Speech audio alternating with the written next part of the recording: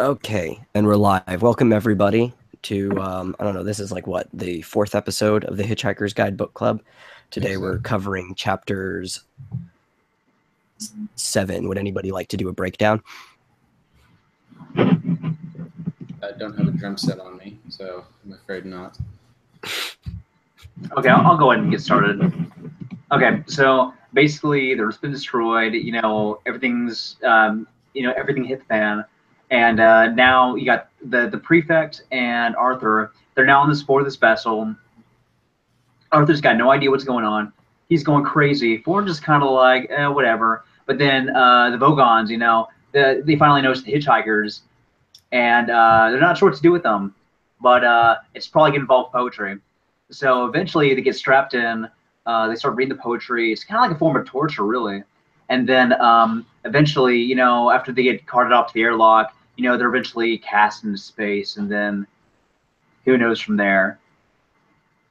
Yeah, That's about chapter 6 and 7. that's pretty much the gist of it. Yeah. Much reading ensues. Yeah. So in this one, we also went deeper into the Babelfish, which we were talking about last time, Yes. which has to be probably one of my favorite things is in this entire book. Just the concept what's that funny? No, go ahead. that there's a parasitic or a symbiotic fish that just absorbs information and then kind of poops out a translated version of it for you is just amazing. Okay, like I read these as a kid, but did everybody else get Animorphs vibes from the fish? Because that's the image I got. Like, you ever read those books as a kid? I read the books. No, I read but I didn't Animorphs. get the whole vibe. Yeah, that wasn't my vibe. Okay, so no, I was thinking like the whole like slug slithering into your ear thing. It was just super creepy, but I love the way they described it. Oh, I just imagine it like if it was a movie or whatever. It reminds me more of kind of a jollier version of the insect in Wrath of Khan that was put into the guy's ear to make him like obey and tell the truth. yeah. Except more like a squiggly, jolly, I've got a goldfish in my pants kind of way. Who doesn't like goldfish in their pants? Hey man, it's a good afternoon. Yeah, that whole like. No, I super don't like that plot device. Like, it seems almost broken. Just like, I don't know, the way they kind of introduce it. I really like how they say it's been involved for like numerous wars. But it'd be pretty cool if we had that in real life. How they were like it ended up breaking the boundaries between like culture and all that kind of stuff because everybody can understand everybody, but it ended up just creating bloodier wars. It was like, yeah, which kind of seems backwards because we would think if we all understood each other, there'd be less wars. It's like, no, maybe the reason we get along is because we don't communicate with each other directly and can't hear the nasty things we're saying about each other. Yeah. It's like, no, you can actually understand what this person is saying to you is actually not good. You can understand what they're saying, but it doesn't stop you from being a dick.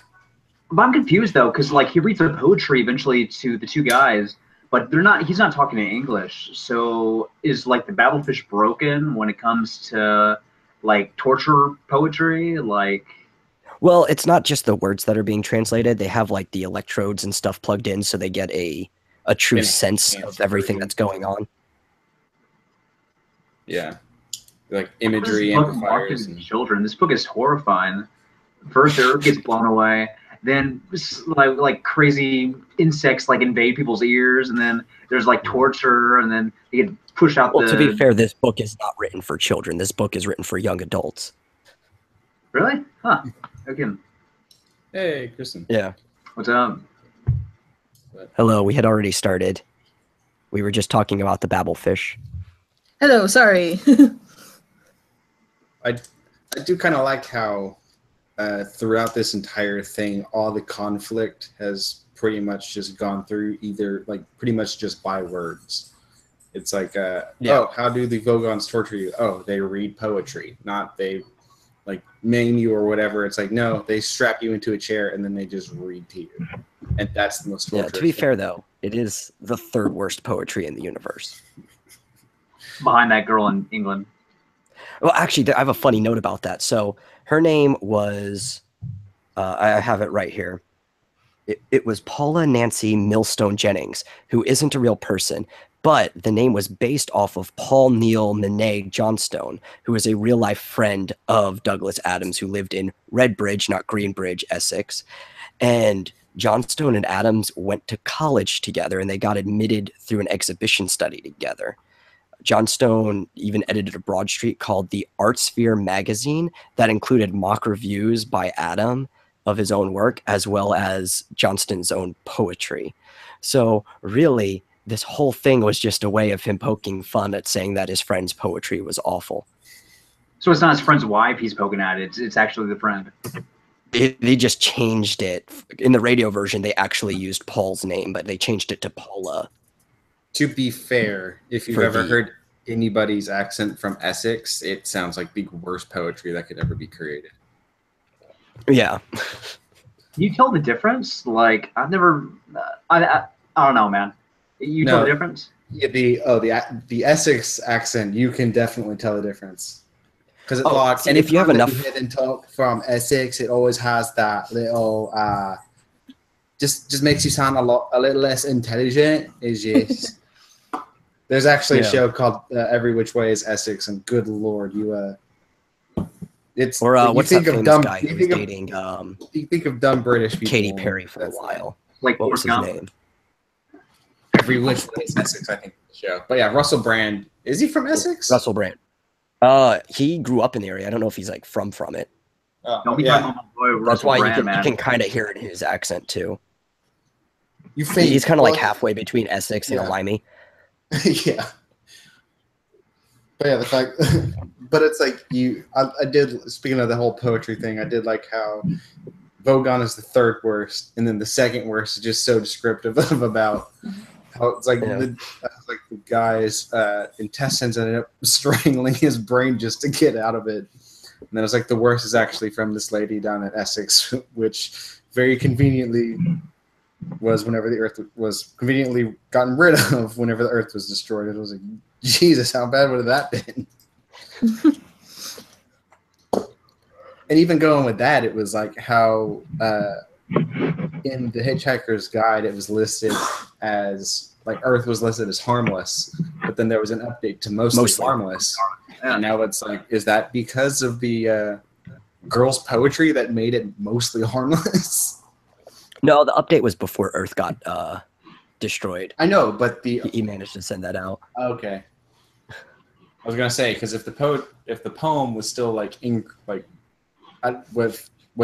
it was like not finished, or if it was finished by the time that everything got destroyed and he heard it, he'd probably like, okay, it's mostly harmless at this point. Yeah. Well, what I love about the whole entry on Earth is that they talk about how there's so many things in the galaxy that you don't need to take up so much space on something as insignificant as Earth.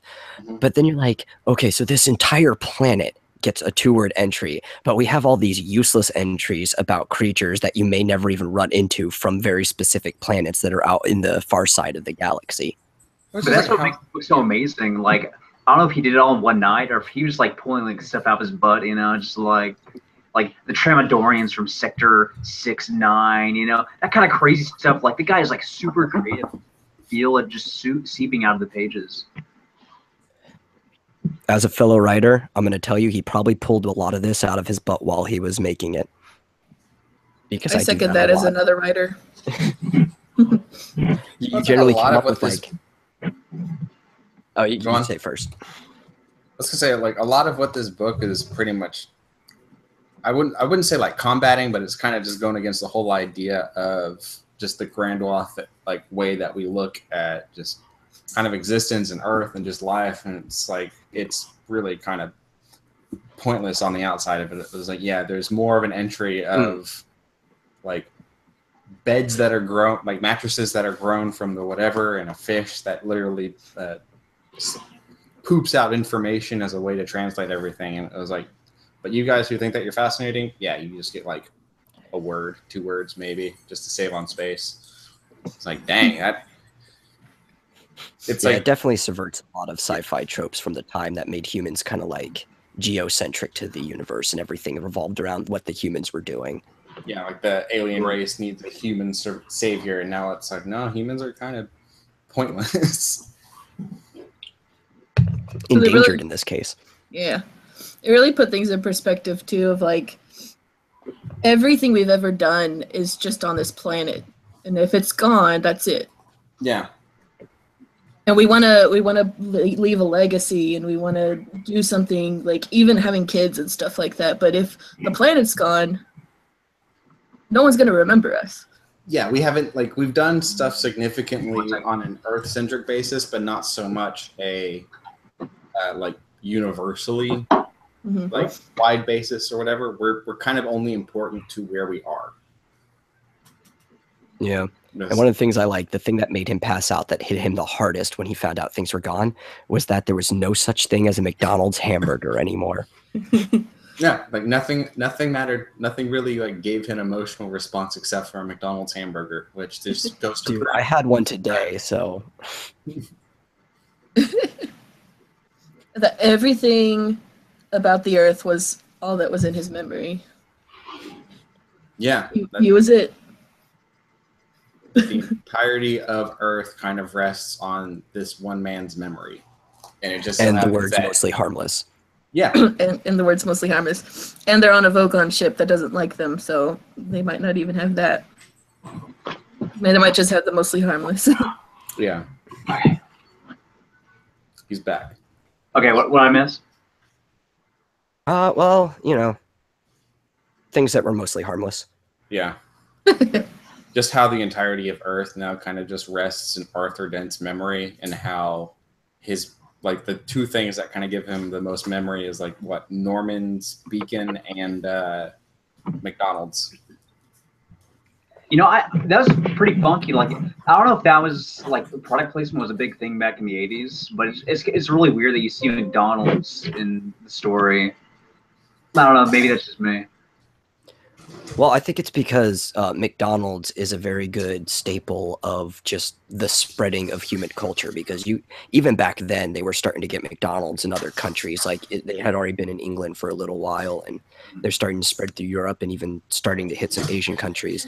And now there's hardly anywhere you can go where you can't run into a McDonald's unless you're in the middle of Africa or something. No, even in the middle of Africa, there will be a McDonald's. Probably somewhere. You're just 50 miles from civilization, and there's randomly a McDonald's there. Yeah, there is not down the road. Yeah. My dad, he actually did some missionary work in Liberia, and they do the thing where they take him to McDonald's, and they actually have cows in the back, so they go and hit the cow over the head with the hammer, and prepare the meat the real way. But so there's McDonald's that I would love that. That'd be my favorite McDonald's. You can start one here in town, like homegrown, organic, and then just be going to Red Lobster and picking your lobster and just pick your cow. Yeah. Every McDonald's has its own cow farm in the back. I really like the way the author kind of I guess maybe in the previous chapters we can kind of get hung up on the idea of the Earth is gone, but the author does a really good job of pushing us towards, actually, and I'm sorry, never mind. I guess the author does a really good job of pushing away from Earth and getting towards the next part of the story. How it just kind of dismisses it almost. Right. Well, it also plays it down. Going into the next chapter when they're having the conversation with the guard who's about to put him in the airlock, he's like, Arthur, you think you have problems? Look at this guy's life. And he's like, yeah, I do think I have problems, but I guess his life is pretty sad. That was such a Rick and Morty moment, dude. I could just see that, man. I could just see that interaction. Oh, Morty, look at this guy. Oh, jeez, Rick, look at him. And the way the guard has a way of kind of self-doubt, and he almost gets to that point, but not quite. Well, it's because he's really good at yelling at people. Yeah. That's great. They have chief yellers, and they can go to the yelling team. It's. I love that. Dude, if I could be a shouter professionally, I would take that job. I would be really good at shouting at people. What's the thing that he shouts all the time? Let me take a look. Resistance is useless. Oh. Resistance is futile. That's the first thing you learn at shouting school. Is it futile or useless? Let me look it up. No, it's useless. It's useless? It's useless. I think it's useless. I believe Futile's they changed it to futile in the movie. Well, they changed it to futile in the movie to make fun of the Borg. Yeah. but in the book, it is useless. I will make a note that the two people that seem to have given both Arthur and Ford any kind of trouble, like the construction worker and the Vogon guard, are both people where it's like we don't really like doing this. Like we just like one aspect of the entire thing, and that really is like what gives us any drive to continue doing this. And it's like outside of that, it's like I really don't care about this job at all.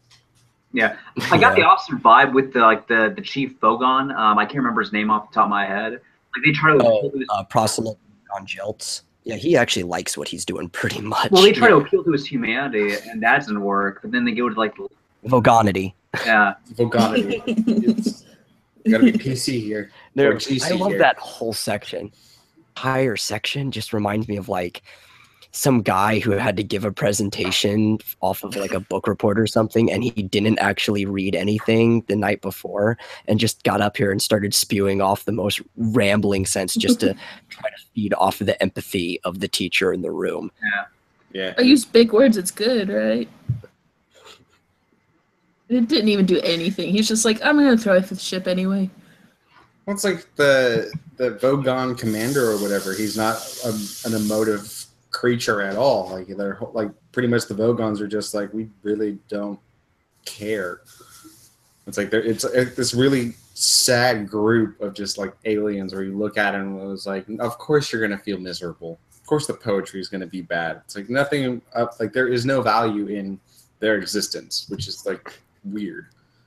Yeah, Ford was even trying to show art. Oh, you say what you were saying. Ford was just trying to show art, art and music to the young Vogon. Yeah, there's like no beauty, no light, and anything. That's what they're on a dang construction ship, and it's like they can't really construct poetry because they have like no concept of what to create a poem of. It's like the beautiful like blurger blogger or whatever, and it's like, of course it's gonna sound horrible. Like there's nothing that we can really relate it to. Yeah, but then they've got good mechanics to writing poetry, but there's no real imagery or anything emotional to it. Which is why you need like image kind of amplifiers in order to understand what they're talking about. Which I think it's funny because you have Arthur, who whenever he was listening to the poem, he's the only one who didn't like respond all to like, oh dear God, this is killing me. He was like, no, this is. I actually liked it. Yeah, I was like, yeah. So I guess, but he is British, so. Yeah. We see a trend with that. I mean, between Ford and the Vogons, they don't show a whole lot of emotion. Arthur's really the only one that actually, emotionally reacts out. He's the one that actually panics, So maybe I don't know. Ford maybe is the one whole that panics out there. Arthur's the one who's pretty bland and milquetoast. I guess think's the best way to say it. Yeah. I really like how. But that kind of fits with what you think of British people. Yeah. Because British people are often considered repressed and not very emotional, which is not even true too. They tend to be just less getting emotions involved because they'll call you bad names and they won't even take it personally or mean it personally. Yeah. Mm-hmm. Like them pretty much cursing you out is not saying I'm sorry. That's Canadian stuff. My bad.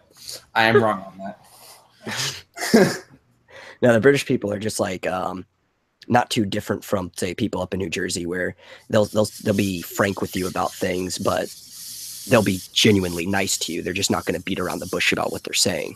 Yeah. So there's no pleasantries. They're not going to say bless your heart and then try to run you over with their F-250. I mean, they could. You never know. You always get that. I would love to see that. Grandmas are like, "Oh, bless your heart, Sonny," and then in the back of their mind, they're like, "I hate your guts, yeah," that thing. Yeah. Well, the reason is because British people are Protestant. You go over to Ireland, they're all really, really polite to you, but they're thinking about punching you in the face, and that's because they're all Catholic. Yeah.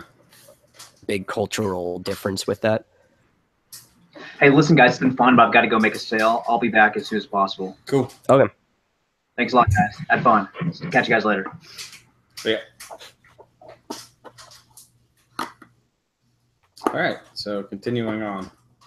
Yeah, so this, what point were we trying to make? I don't even remember. I have no clue. We went on. I think we were just talking about how like expressionless the Vogons and Arthur were. Oh, I remember what I was going to say. I was going to say that even though they have no real emotional connection or imagery with this stuff, you can tell that, especially before he completely tries to dismiss it within himself and justify what he's doing, that there was a slight peak of interest in Ray's. Yeah. In Jeltz. So it's not that that stuff isn't there. It's just through generations and generations and generations of bureaucracy, they've repressed any form of actual emotional connection to the universe.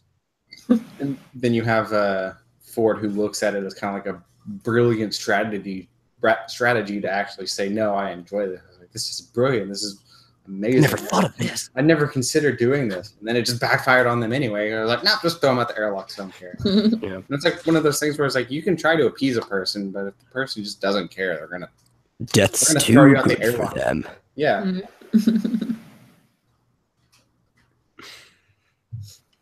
Yeah.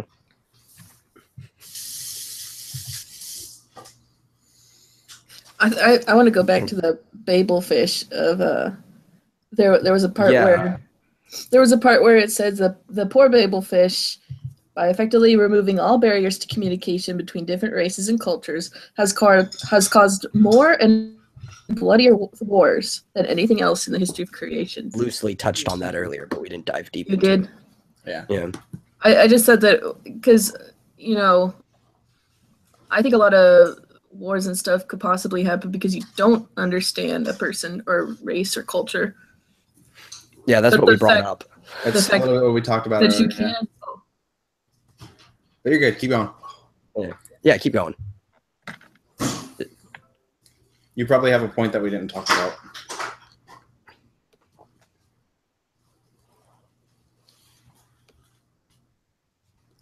Oh, she has no audio.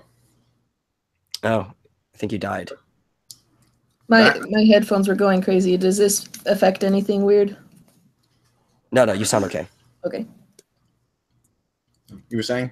Go back to thinking that taking the barriers down would solve most of the problems. That's where you basically cut out. Now I have to remember my thought, my train of thought on that. Yeah, well, I could probably lead you back into it because what we were talking about earlier is that normally you think miscommunication and not understanding is what causes a lot of wars, but in this case, there's the assumption that maybe a lot of wars have been avoided because we can't understand what each other are saying. And it was a note I even said earlier where it's like, well, maybe it's good that we can't understand that we're saying bad things about each other or cursing each other out because that might cause a lot more problems than what we've had previously. Yeah, that's basically what I was trying to say anyway. So if you already covered. Yeah, we did. I think that you could probably cover a bit more about it, though, because it is an interesting concept that the lack of communication is actually what's keeping us from fighting each other in some cases. Yeah. Yeah. It was like you can listen to someone who speaks kind of the same language as you, and you can kind of devise what they're planning or plotting against you. But it's like, if you don't know what they're saying, you're a little bit more reserved in what you're going to do because you have no clue what they're possible of. If you hear a person say, oh, well, I'm going to do this, and you look at it and you're like, well, I could probably get rid of him and then I won't have to deal with that big thing. And that's if you can understand it. But if you can't understand them, you're like, oh, God, if I do this one thing, what's going to happen is going to be much, much worse. And I think there's a precedent for that, too, because one of the bloodiest wars in human history was the American Civil War. And everybody understood everybody that was on either side. Mm-hmm. True. It's really, it kind of goes to say that wars really aren't caused by like boundaries, all that kind of stuff. So the wars are pretty much based off ideologies. And you can fight more for an ideology than you can for land. And you're more likely to fight for ideology. Yeah, because you only need so much resources. Yeah. Poor Babelfish. Yeah, there's actually another part of the Babel, or Babel Babel, whatever you want to call it. I'm calling it the Babel because that's how you spell it in the Bible, and that's what I think the reference is to. No, I just that is true. Pronounce it the way that that's what the movie says. would call it they would pronounce it Babel because it's an old language. So the A would be ah and the E would be A. Babel. Babel. And but I think most of the time we get away with just saying Babel and people know what we're talking about. Yeah. But one of the things I was getting at is how this really, and this is where the absurdism really comes in, because I mentioned earlier in a previous stream that we'd get to see more and more of the absurdistic philosophy show through. Oh, and yeah. it is the argument that the perfect existence of the Babelfish disproves the existence of God. Yeah. It's like it evolved so perfectly that it pretty much was like, you don't exist. And God was like, oh, yeah, I guess my own logic is false. So we just finish. Can't argue with that. Finished in a puff of logic. It was like, Which I like how he talks about it, because there's a lot of people who use that argument of like, oh, the eye is so intricate, or just people in general are just so intricate, it must prove God exists. So that turns that whole thing on its head.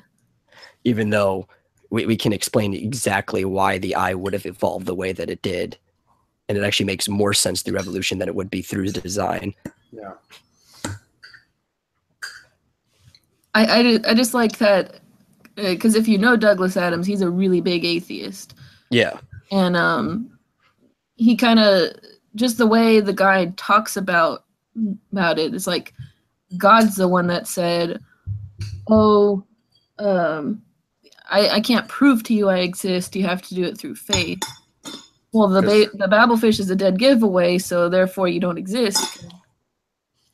Or no, therefore you do exist, but because you require faith for your existence, but we don't need your faith to prove that you exist, you must not exist. That was the logic. And most leading theologians claim that this argument is a load of, what they call it, dingo's kidneys? Yeah, dingo's kidney. Stop him from publishing his famous book, well, that about wraps it up for God.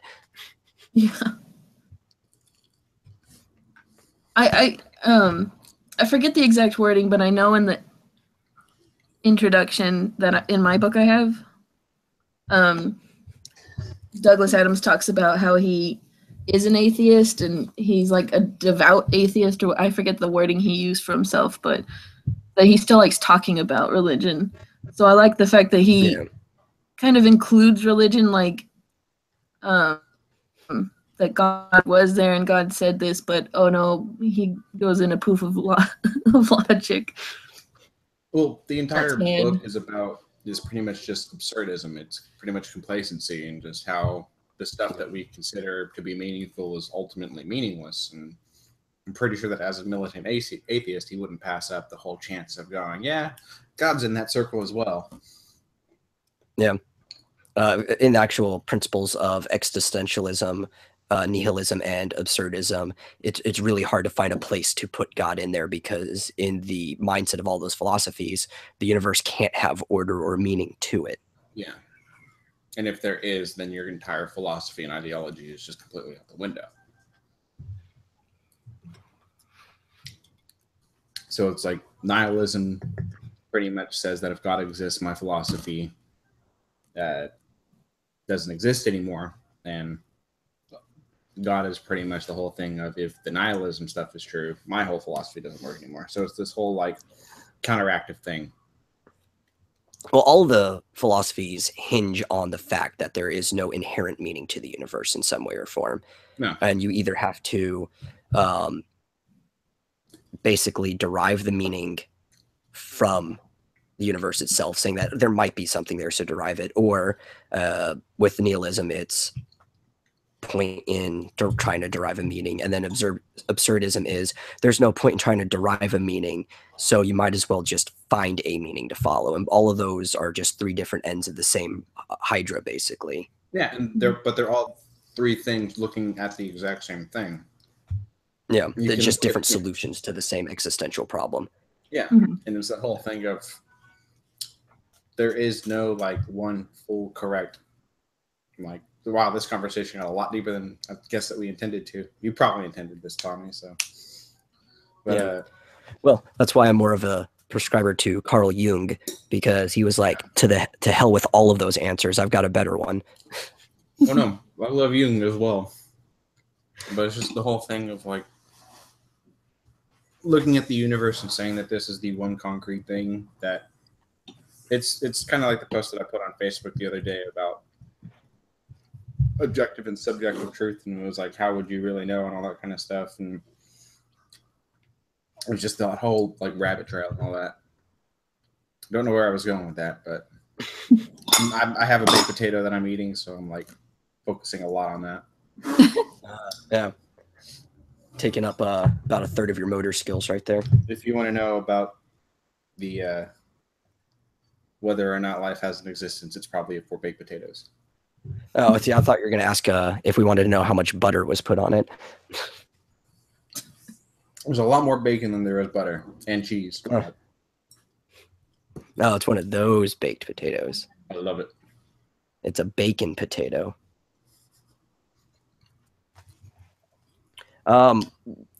Wrapping up away from the whole Babelfish and God argument, which is, again, probably the most nonsensical argument I've ever seen, but at the same time, it makes me laugh so much. I think absurdism. I might go through and record myself reading all of the Hitchhiker Guide entries in like a fancy voice. Oh, Stephen Fry is the best of that. Yeah. But let's I wanted to talk about the warp, like entering hyperspace. Yeah. Because just the description of it is so visually stimulating. And I love it.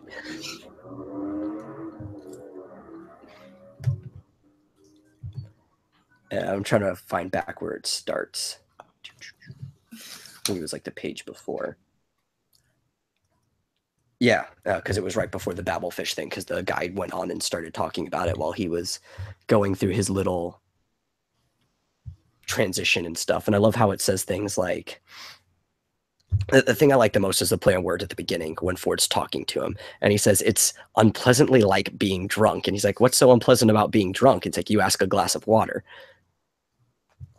It's so, yeah. Being that these two are drinkers. So much because it was like, oh god, that's a wordplay, but it's such brilliant wordplay. Yeah, because you're expecting them to be talking about being like alcoholically drunk since. Oh, I just now got it. Yeah, yeah. I think I mentally like did a standing ovation whenever I read that line. It was like, okay. Same every time I read it. It's so good. I was sitting there trying, what the heck is it saying? Yeah, I get it. Ask a glass of water because you get drunk by the person. Mm-hmm. Past test of drink. Yeah, I get it now.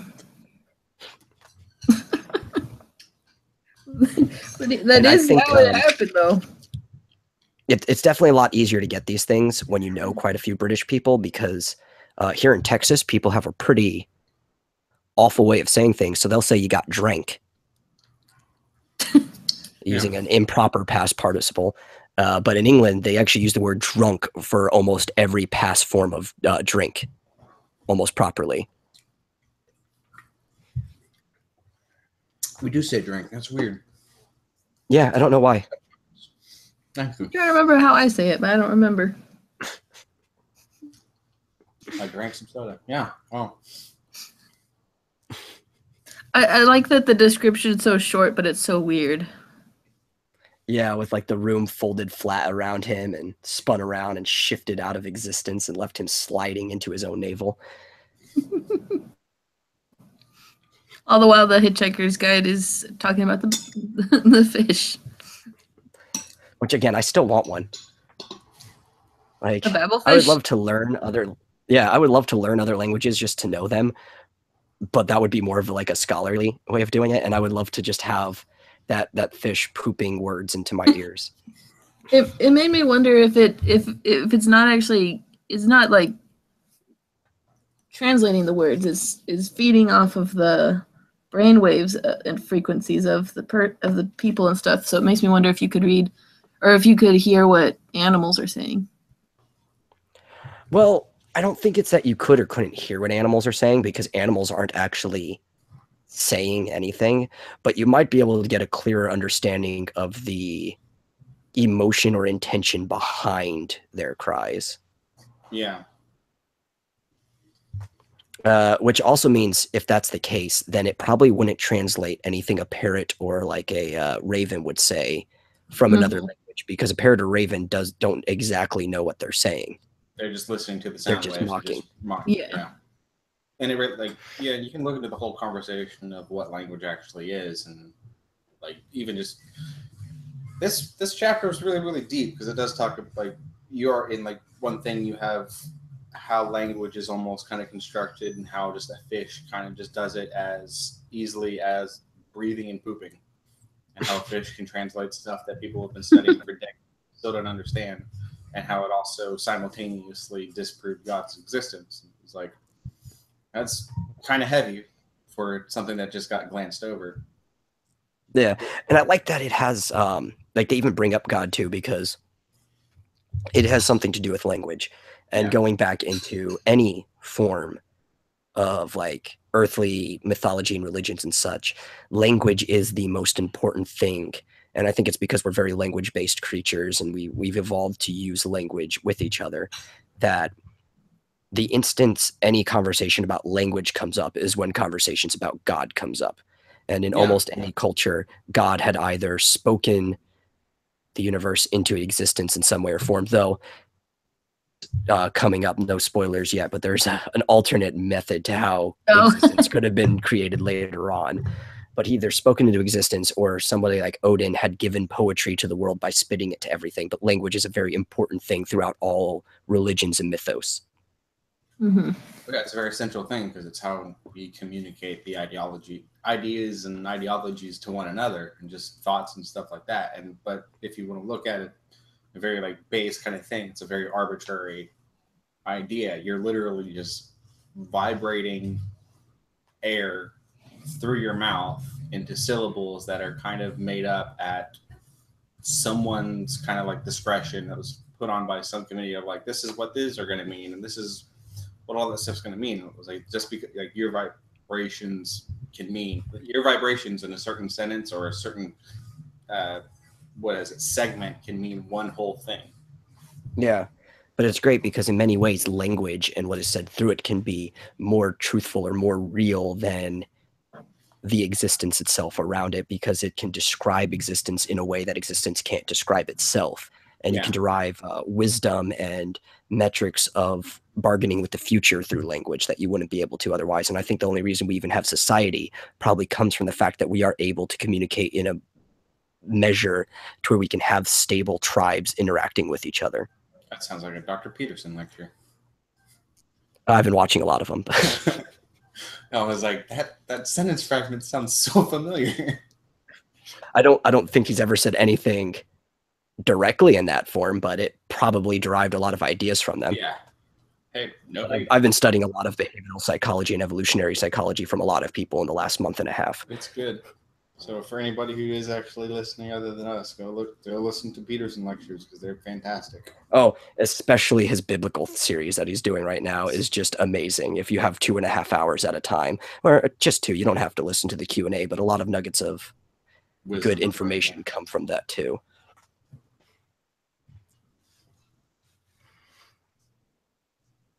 But it is I'll tirade aside. No, I love language because language is the greatest form of abstraction that we've come up with, you know? Yeah, it is how... Without it, we wouldn't have this book. Yeah, it's how people are able to relate to one another. It's like, it's why stuff needs to be... It's like why books do end up needing to be translated in other languages in order for people to understand them. It's like, we want this book to be part of our culture, so it needs to be translated in a way that we can understand it. Oh, that would make translating so easy, though, with the Babelfish, because all you need is 2 people that speak 2 different languages. And because it gets the intent behind the brainwave, you could just sit there and read the book to somebody, and then the fish would translate it into ways that they understand it, and they could just write it down as you're reading.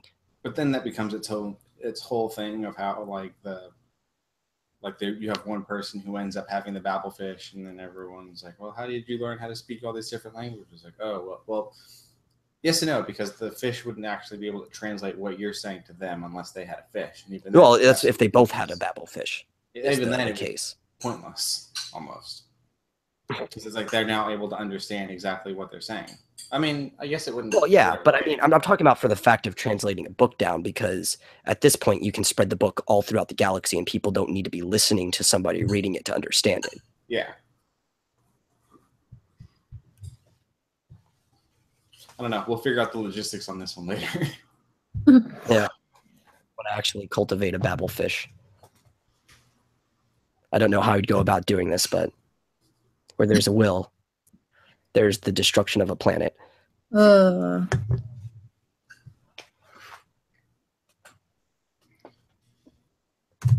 Things. Stuff and things. Yeah. Is there anything else anybody wanted to talk about while I'm trying to remember what else I wanted to talk about? I can't think of anything. This was way back at the beginning of chapter 6, but I just thought it was it was the Vogon, but it's pokes fun at us as humans too, of when he tells everyone that we're going to be docked, but no one's going to be leaving the ship Because I just had an unhappy love affair, and I don't want anyone else to be happy. Well, misery does love company. Yeah. Just so petty. I'm just trying to like imagine how a Vogon love affair would even go down. Like, Ugh. Him reading poetry. Well, yeah, I don't think they mate through poetry. That's kind of like how you normally try to attract somebody that way or keep them with you. But I think this is something they would do if they're trying to break up with somebody and not feel the responsibility of having to break up.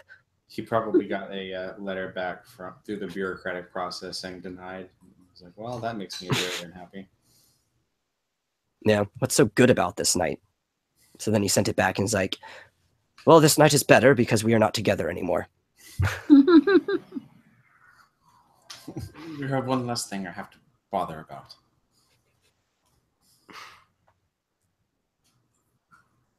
Yeah, I did like that part. And I like how they're still very human-like in the way that they want shore leave and stuff like that too. You'd think these people who are heavily bureaucratic would want to spend their entire time just doing whatever their job is because they've gotten into the job for a reason, whether it's because they had nothing better to do or because they actually like the bureaucratic work. And if they had nothing better to do, how are they going to figure out what to do on shore leave? So it almost seems like there's almost no reason to even go to say that you're going to cancel it, because who's going to leave anyway? Except I guess maybe the Dynastry or whatever they're called, the little guys. They might be the only ones who might want to go out and party or something. But then that would end up making the Vogons happy because they're not on board the ship. Yeah. And I was like, we can't let that happen. So you just have like this whole mutual dislike for each other that you're like, I don't care. I'm gonna like, even if they did have the chance to get off the dock, they probably still wouldn't even want to do it because of how miserable it would make the Vogons. I don't know. They being kind of like I see them like the immigrants in the Titanic and stuff. The people like trying to get by as workers and just having fun, like the gypsies and stuff down there. Yeah. I think they would probably leave just to see what kind of goods they could pick up. And like restock their wares or whatever. Yeah. But another point right there is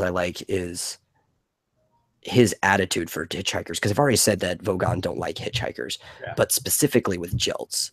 He's like, I worked hard to get where I am today, and I didn't become a captain of a Vogon constructor ship simply so I could turn it into a taxi service for a load of degenerate freeloaders. Yeah. And just that idea is like, if you're a hitchhiker, there is nothing redeemable about you as a person.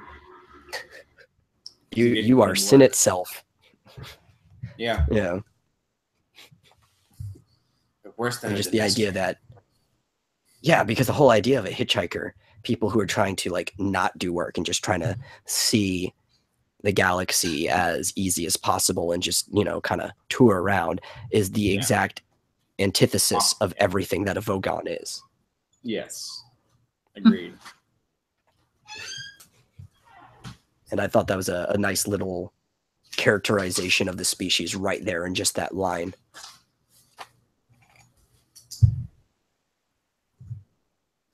But I guess we talked a little bit about it earlier. We tabbed on it.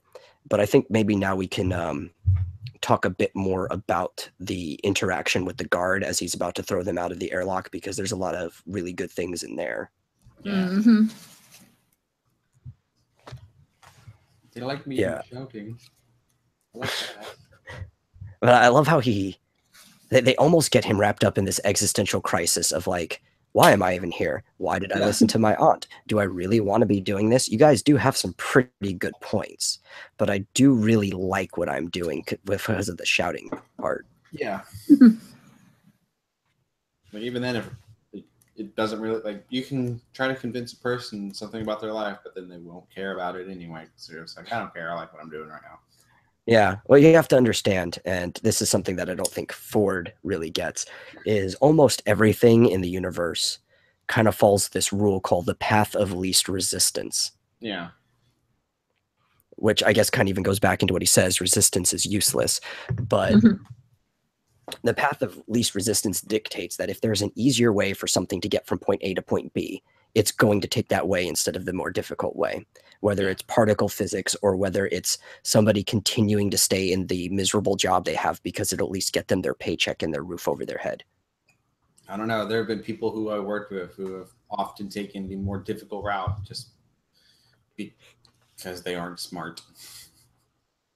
Well, yeah, but that might not just have anything to do with because they want to take a more difficult route. It might be because they can't see the easier route in front of them. Sure. Or maybe what if Going they do back to actually see the- the easier route and they're just stubborn not to take it and they just take the more difficult route? I do know some people like that, but that tends to be more of the exception to the rule than the rule. Like my mother. Yeah.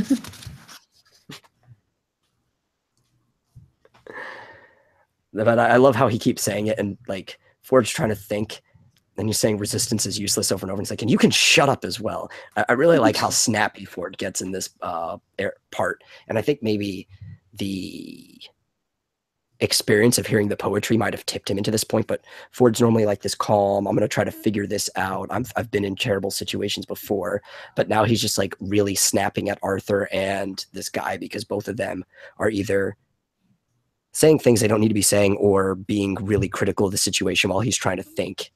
Well, isn't So it it's really like difficult. a couple lines before he's telling Arthur not to panic, and then the guy's Yeah. like, resistance is useless. You shut up too. Yeah. And it was after that point where he actually starts talking him down Yeah. when he twists his head at him, asking, do you really enjoy this sort of thing?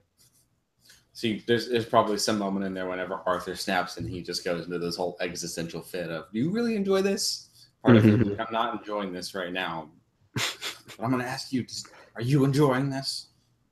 And then Vogon is just like, enjoy. As in, like, again, because we've talked about earlier, Vogons aren't really emotionally connected to the world. So he's like trying to even understand what is enjoy. What do you mean? And he has to like break it down into a way I think a lot of people don't even understand what enjoy means. And it's like, does it give you a full, satisfying life? Stomping around and shouting, pushing people out of spaceships. Which honestly, when he describes it that way, it's like, I don't know, that does sound kind of fun. You're not really selling me on not doing this. Yeah. I like And the hours are good. Yeah, the hours are good. They let me shout. I mean, so it's kind of nice. I like that part. Yeah. But I like do like how he- he breaks it down. Oh, wait, what were you saying? Oh, I just like that when the Vogons finally starting to get it, then he's like, well, wait, what's the alternative? Well, you just stop doing it. Yeah. And then he's like, Yeah, they didn't actually give him a good alternative. Yeah, he was like, well, that doesn't sound that great to me. telling me to stop the thing that I actually enjoy as an alternative of actually doing it? No. Yeah, well, and that's something you got to keep in mind. Whenever you're telling somebody something, you're trying to get them to stop doing something that may not be healthy for them. You can't just leave them free because they've been doing stuff that aren't good for them. Yeah. You kind of have to give them some options of some alternatives, or else they just will go back to doing the thing that wasn't good for them. Yeah, he didn't give him an actual alternate, just stop doing it. Yeah, the alternate was to not. Yeah. But as we've said before, while Ford is kind of crafty and good at hitchhiking, he isn't overall the brightest guy. No, he is not. He But it doesn't. really- Yeah, go on. Oh, it really does show like the difference between Vogons and humans, though. That Ford's able to smooth talk humans, but Vogons just, it's a brick wall basically. Well, it's like the humans actually do have a bit more in the sense of they're actually able to understand the concepts of like hope and something different and purpose and all that. Meanwhile, you have the Vogons, or I just realized that my voice is really, really low. Hello. I just realized how low my voice was the entire time. You were fine enough, but it does sound better now. Okay, but it's like you have the humans who do actually have some sort of concept of hope and whatnot, and that there is something better. Meanwhile, you have the Vogons who just don't care about it at all.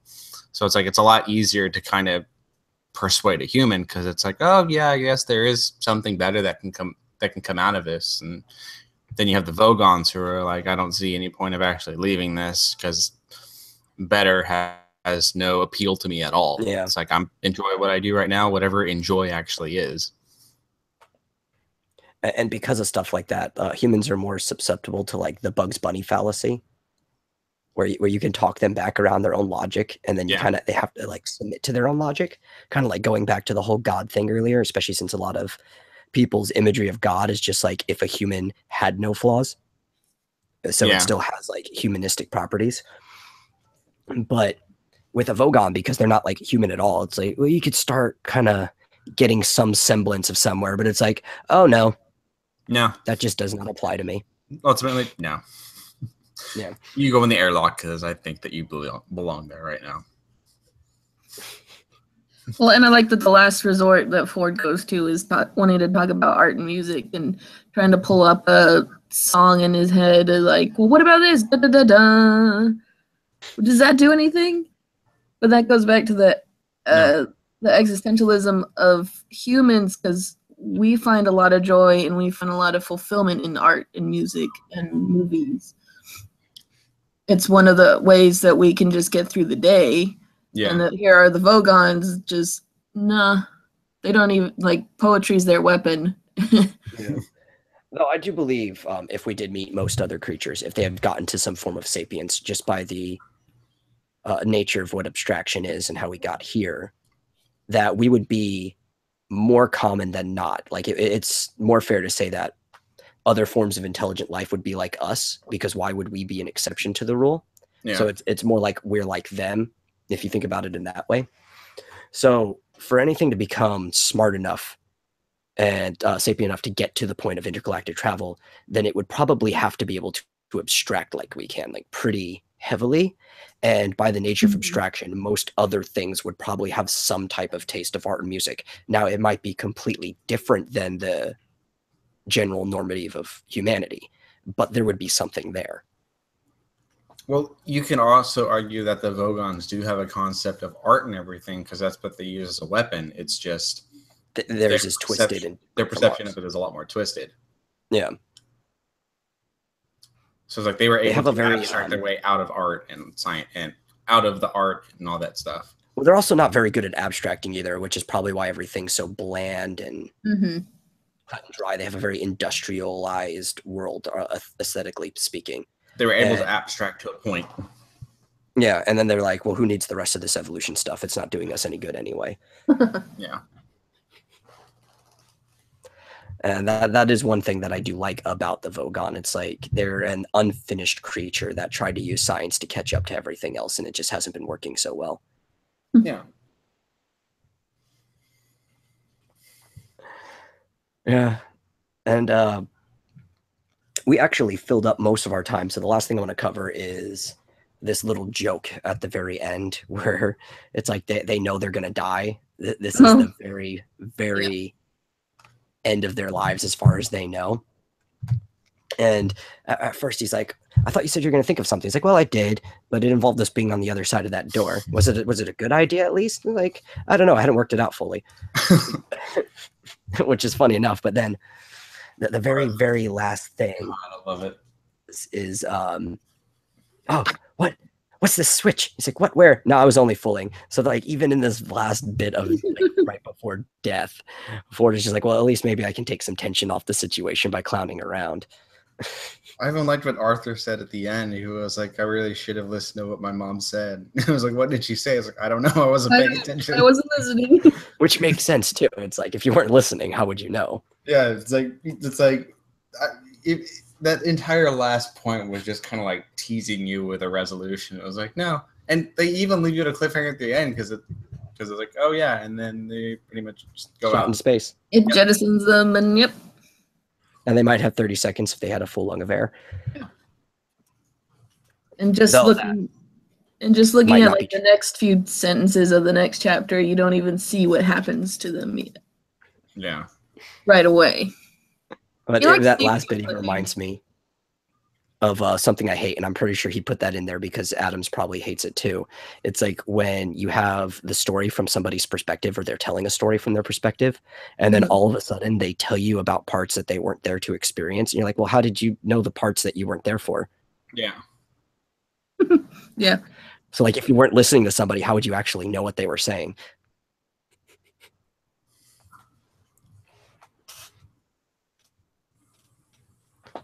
And that just, I don't know, it got me on a multiple level joke right there. So meta. Yeah, but that's what I like about the jokes in here. If you really look at the jokes, there's like more than one level to most of them. They're not just like basic haha funny, though I think most people can get them on a haha funny level. But some of them have like a, oh, that's actually funnier than I initially thought it was.